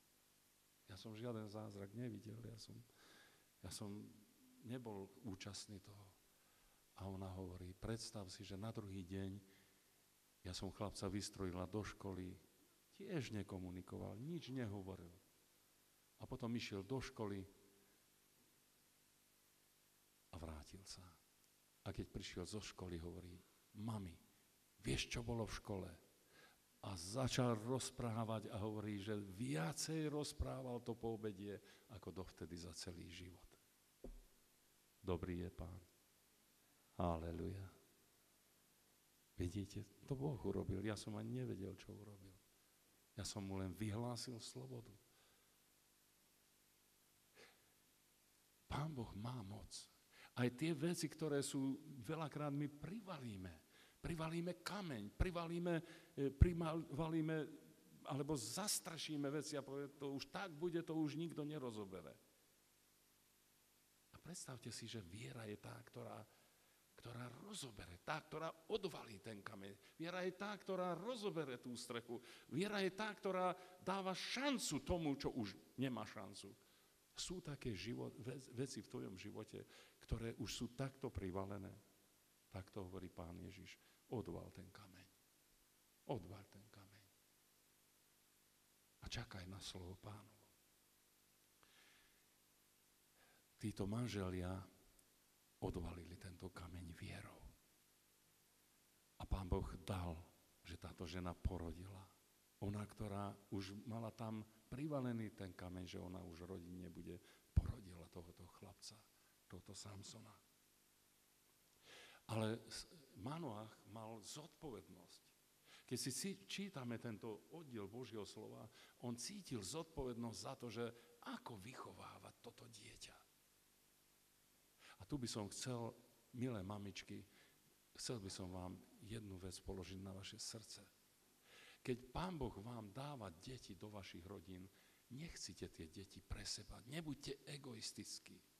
Vy môžete sa radovať z tých detí, ale vy vychovávajte vaše deti na radosť svojho Pána.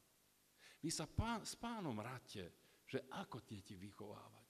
Vy Pána sa pýtajte, aký je ten spôsob, ako my toto dieťa máme vychovať.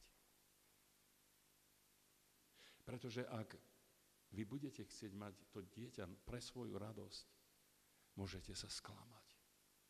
Vychovávajte svoje deti, matky, otcovia. Vychovávajte ich pre radosť Pánovu. A keď bude sa Pán radovať nad vašimi deťmi, tak sa budete aj vy radovať. Aj vy sa budete radovať. No ale deti idú svojou vlastnou cestou. A to je veľakrát veľký problém v rodine. Ešte by som sa vrátil k tomu, že mnohokrát ženy ťažko prijímajú deti. Ťažko prijímajú to, že oni sa stanú matkami, že oni budú kojiť, že oni už nebudú mať tú postavu, už nebudú mať ten výzor a že ich proste možno zmenia sa jej tvary a tak ďalej. S tým mnoho žien zápasí. A viete, keď zistia, že sú v požehnanom stave, tak mnohé ženy odmietajú toto dieťa.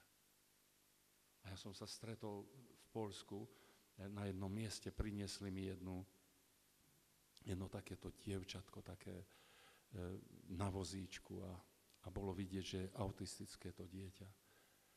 A hovoria mi, brat Alexander, modli sa za toto dieťa.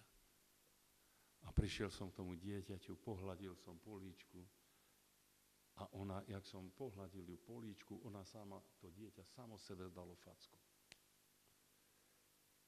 A znovu som ju pohľadil a znovu. Potom som pohľadil obe jej líčka a začala sa byť sama seba to dieťa.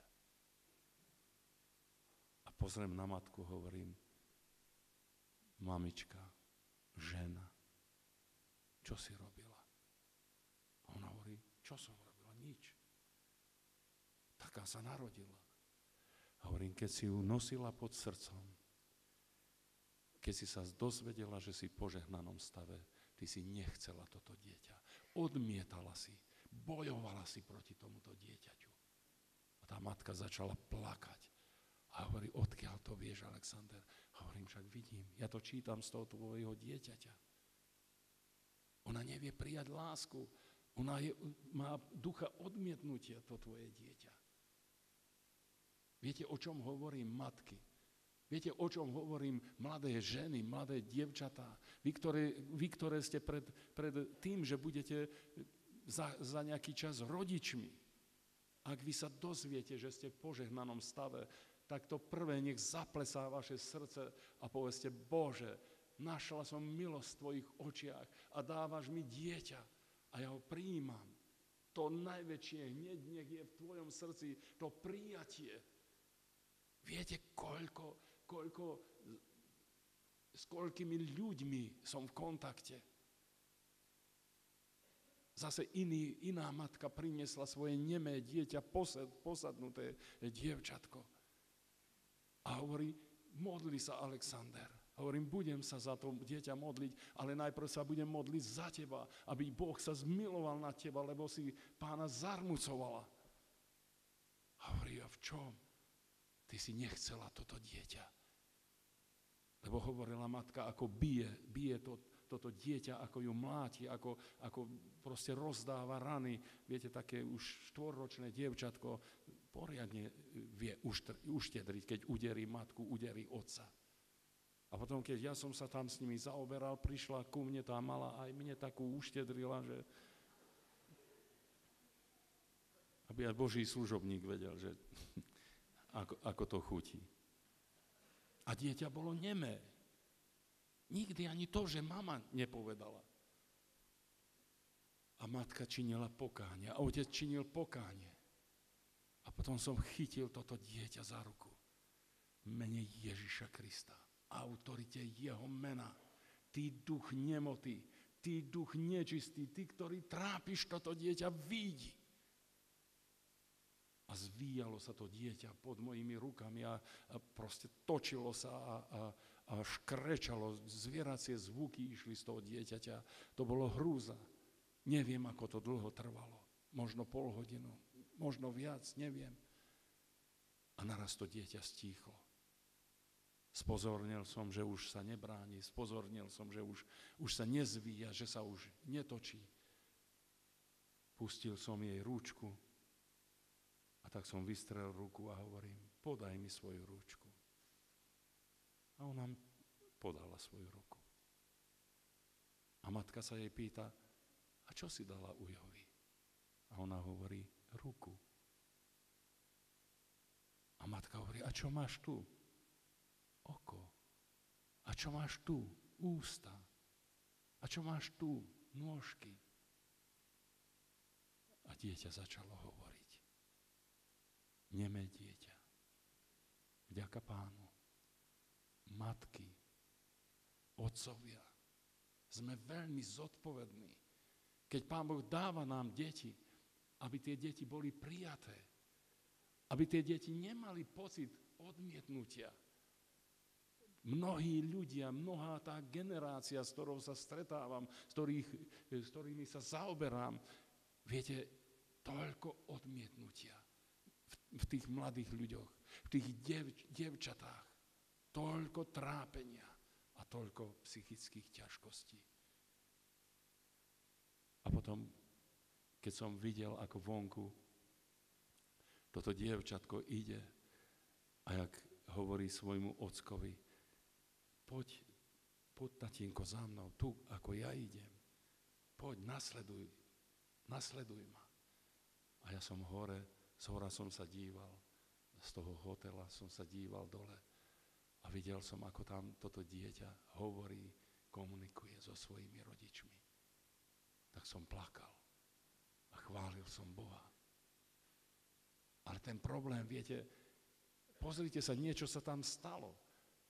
Títo rodičia už privalili kameň. Ale mnohokrát stačilo by činiť pokánie. Stačilo by ísť pred Pána. Stačilo by prosiť Pána, Páne, odhal mi, ukáž mi, kde som urobil chybu. Kde sa stal ten defekt. Vďaka Pánu Ježišovi, že Pán je verný. A mohol by som vám množstvo, to nie je len jeden takýto prípad, množstvo prípadov hovoriť. Ale deti majú výber, svoj výber. idú svojou cestou. Napriek tomu, že im dávame dobré základy, napriek tomu, že im rozprávame o Pánu Ježišovi, napriek tomu, že dostávajú svedectvo evanjelia, idú svojou cestou. A my im dohovárame, tak ako aj tu dohováral otec Manoach, ako dohovárala matka tomuto, ale on išiel svojou cestou. Veľakrát idú deti naše svojou cestou, ale bratia a sestry, my musíme sa modliť. My sa musíme modliť za svoje deti, za svoje budúce generácie, za naše deti. Modlíš sa za svoje deti. Viete, nemôžeme, my sa darmo sa im postavíme do cesty. Oni pôjdu svojou cestou. Predstavte si, tomuto Samsonovi sa postavil do cesty lev. A on aj tak išiel svojou cestou. No kto z nás by sa smel tak postaviť do cesty svojmu dieťaťu ako nejaký lev? A Samson, keď uvidel toho leva, že stojí proti nemu a reve voči nemu, on roztrhol toto leva. On mal svoje ambície, on mal svoje predstavy, on mal svoje nároky, práva na život. Tak ako ten marnotratný syn, tak si bola aj ty a ja. Vybrali sme z rúk Pánových to požehnanie. A to naše sebectvo zvíťazilo. Nešli sme tou cestou Pánovou. A ten lev sa postavil a reval voči nám. A to bol ten lev z pokolenia Júdovho. To bol ten Pán Ježiš, ktorý povedal, nechod tou cestou ďalej. To bude mať zlý koniec. Nakoniec budeš slepý, nakoniec zahynieš. Nechoď ďalej, táto cesta vedie do zahynutia. Reval tento lev. A on čo urobil? Chytil a roztrhol tohoto lva a zabil ho. Čo sme my urobili, bratia a sestry? Aj na našej ceste zastal Pán Ježiš. Aj do nášho života on hovoril. On reval, on hovoril to slovo pravdy. Nechod tou cestou, zastav sa, priateľ môj, brat môj. Muž, žena, deva, mládenec. Zastav sa. Ale to naše sebectvo, ten náš egoizmus, to, že sme si zobrali z Božích rúk, tak ako ten marnotratný syn, ten svoj diel a my chceme a my si robíme nárok na život, lebo my máme právo, aby sme každý žili ten svoj život. Tak sme išli a spôsobili sme veľa bolesti. A Pána Ježiša Krista sme ukrižovali. Zabili sme ho. Tam na kríži. On zomrel. A tento Samson, keď sa vracia späť, prišiel k tomu mŕtvemu lvovi a našiel tam med. Aj my, keď sme sa obrátili, aj my, keď sme sa začali vrácať cestou späť k Bohu, našli sme odpustenie, našli sme lásku Pána Ježiša. Našli sme ten med, to odpustenie. Halelujá. Radujeme sa z toho. Ale on musel zomrieť. Za naše hriechy, za našu neposlušnosť, za našu tvrdosť nášho srdca. Lebo my všetci sme si chceli vybrať svoj diel. My všetci sme chceli žiť. My všetci sme si chceli užívať. A čo to dieťa, ktoré prichádza? A čo ten človek? A čo ten muž? Čo tá žena? Stojí mi v prekážke. Koľko sme toho zlyhali. Koľko sme toho zničili v našom živote. A teraz vidíme poprivaľované kamene. Teraz vidíme tie završené strechy našich osudov, našich životných príbehov. Ale on je tu. On chce začať nové. A Pán Ježiš hovorí, aj hľa, činím všetko nové. Poď k nemu. Poď k nemu. Áno, my sme ho zabili. My sme ho ukrižovali. To naše neprávosti, to naše hriechy spôsobili to, že on zomrel na kríži a že takto draho platil. Ale z jeho vnútra vyšiel med, vyšla sladkosť, vyšlo odpustenie, vyšiel nový život a my môžeme dávať iným. Môžeš dať svojej žene, môžeš dať z toho medu svojmu mužovi, svojmu dieťaťu, otcovi, matke, svojim susedom, svojim spoluobčanom. Môžeš dávať. A môžeš učiniť sladkým a požehnaným život tých druhých. Zabudni na seba. Už prestaň sám seba hľadať vo všetkom. Prestaň sám seba vyvyšovať. Prestaň chcieť žiť svoj život pre seba. Či si ho dosť už nezbabral, tak ako ten Samson. Daj ho Pánu Ježišovi. Spomeňte si, ako Čongor tu hovoril. Keď už sa mu začalo tak dobre dariť, keď už Pán Boh už tak ho uzdravil, keď ho tak si myslel, že zobere ten život do svojich rúk. Ale prišiel jeden, poznám toho malého kazateľa. Teraz ten malý kazateľ má 86 rokov, či 7. A tento mu povedal, pamätaj, čo si sľúbil Pánovi. A on sa zastavil. On povedal, nie, ja nebudem v sebestve užívať ten svoj život. Ja položím ten svoj život dole na oltár môjmu Pánovi. Budeme sa modliť. Tak to hovorí Pán Ježiš. Videl som tvoje skutky. Vidím aj teraz tvoje vzťahy. Vidím tvoj život, ktorý je v rozvalinách. A vidím to a počujem tie výkriky tvojej duši. A vidím aj výkriky tých, ktorí privalili kameň na tvoj život a ktorí hovoria, to už iné nebude s ním. To už nebude iná ona. Tak to hovorí Pán Ježiš, poď ku mne. Poď ku mne dnes, keby si počul môj hlas. Nezatvrdzuj svoje srdce, tak hovorí Pán, ale dnes nech tvoje srdce je otvorené preto, aby som mohol začať nové veci v tvojom živote.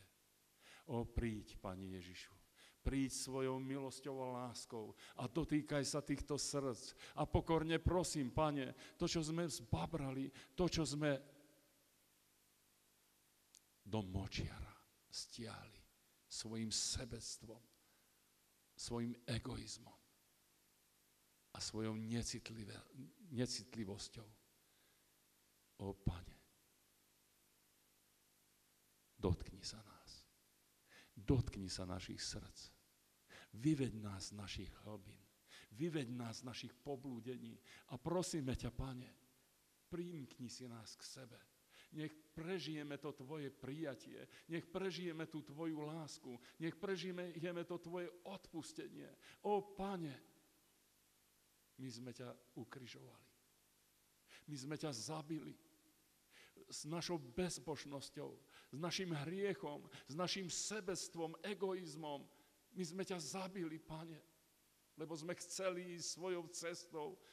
Chceli sme získavať svoje vlastné, naplňať svoje vlastné pôžitky. Odpusť nám to, Pane. Ale my teraz sa vraciame a bereme s priehrštím z toho tvojho odpustenia, z tej tvojej lásky, z toho tvojho sladkého srdca. Vďaka ti za to, Bože. Vďaka ti, že máš s nami svoj plán, že máš s nami svoj cieľ. A teraz, keď vaše hlavy sú sklonené a keď tak prežívaš, že Pán veľmi osobne hovoril do tvojho života. Keď tak vidíš, že tam sú privalené kamene v tvojom živote. Keď tam je už dokončený ten dach tvojho života. A ty máš odvahu a povedať, Pane, tu som. Som hriešná, stratená. Pane, konaj nové veci v mojom živote. Ja som pripravená. Ja chcem nové veci. Páne, dotkni sa mojho života. Tak, ako si pri hrobe Lazarovom zavolal, Lazare, poď von, tak zavolaj aj do mojho života a vyveď ma na život. Vyveď ma do nového života s tebou. Je tu niekto, kto takto prežíva v srdci, že sa ho Pán dotýka a má odvahu tento kameň zo svojho života odvaliť. Je tu niekto, kto chce prijať Pána Ježiša do svojho srdca a chce s ním a len s ním začať ten plnohodnotný život. Zodvihni svoju ruku. Budem sa za teba modliť. Buď požehnaná. Aj ty buď požehnaná. Aj ty tam vzadu. Buďte požehnaní. Vďaka Pánu za mladých i za starších. Vďaka Pánu, že Duch Svatý tu koná. Vďaka Pánu, že on sa dotýka týchto srdc. Ďaká ti, Pane Ježišu. Vďaka ti, že takto sa dotýkaš týchto srdc. A ďakujem, že dávaš svoje odpustenie. Tak to hovorí Pán Ježiš. Videl som tvoje trápenie, videl som tvoje slzy, počul som krik tvojej duši a volanie tvoje o pomoc prišlo do mojich uší. Neboj sa, odpúšťam ti tvoju vinu. A na tvoj hriech viac nespomeniem. Do mora hlbín zahádzujem každý tvoj hriech a už ti nebudem vyhadzovať na oči. Poď ku mne, poď, zapri sám seba, vezmi svoj kríž a nasleduj ma na každý deň. A ja budem s tebou po všetky dni tvojho života až do skonania sveta. Nikdy ťa neopustím. Držím ťa za ruku a vediem ťa cestou, ktorou máš ísť. Požehnám ťa, lebo moje myšlienky o tebe sú o požehnaní, o pokoji. Príď, Duchu Svätý, a zapečať tieto srdcia. A čiň nové veci, krásne veci. Nauč nás žiť, Pane, ale nie sebecky, ale tak, aby sme lámali svoj život ako chlieb, aby sme sa rozdávali tak, ako si sa rozdával ty. Požehnaj tieto srdcia a nech pokoj Boží, ktorý prevyšuje každý rozum, nech chráni vaše srdcia v Kristu Ježišovi, našom Pánovi. Amen. Buďte požehnaní, bratia a sestry. Po skončení tohto zhromaždenia budeme k dispozícii. Ak niekto by potreboval modlitbu, prosím, aby ste prišli. Budeme sa za vás modliť. Ale prosím, aby prednostne prišli tí, ktorí by chceli prijať Pána Ježiša Krista do svojho srdca a ktorí tak prežívajú, že sú poviazaní a chceli by byť uvoľnení z toho poviazania. Prídite vy, vás uprednostníme. Buďte požehnaní. Pokoj Boží vám.